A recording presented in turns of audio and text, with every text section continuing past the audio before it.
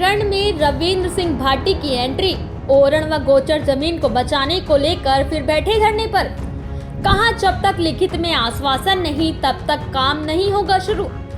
जैसलमेर जिले के बैया गांव में ओरण व गोचर जमीन को निजी कंपनी के सोलर प्लांट के लिए दिए जाने के विरोध में शिव विधायक रविंद्र सिंह भाटी भी शामिल हो गए।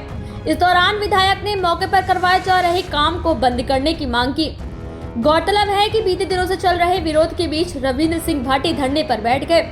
विधायक भाटी के नेतृत्व में बड़ी संख्या में ग्रामीण भी धरना स्थल पर पहुंचे। इस दौरान भाटी ने संबंधित अधिकारियों के साथ खुलकर चर्चा की, साथ ही मौके पर करवाए जा रहे काम को भी बंद करने की मांग की। उन्होंने कहा जब तक सोलर प्लांट स्थापित करने या नहीं करने को लेकर कोई निर्णय नहीं होता है तब तक मौके पर कोई भी कार्य नहीं होना चाहिए।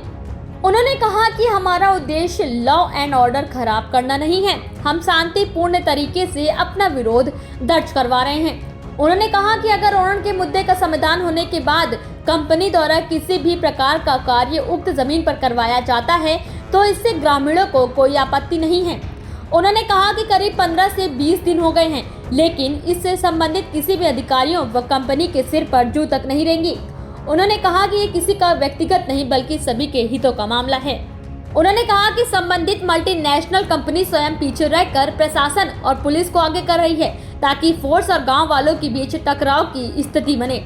उन्होंने संबंधित तहसीलदार को धन्यवाद देते हुए कहा कि आप भी इस मामले में अपने स्तर पर पूरी पैरवी कर रहे हैं, लेकिन जब तक इसका परिणाम सामने नहीं आएगा तब तक इसका कोई मतलब नहीं है। उन्होंने कहा ये गलती सिस्टम की है। अगर सिस्टम के लोग पूर्व में मौके पर जाकर फिजिकल वेरिफिकेशन करते और यहाँ के ग्रामीणों से बातचीत करते तो आज ये नौबत नहीं आती।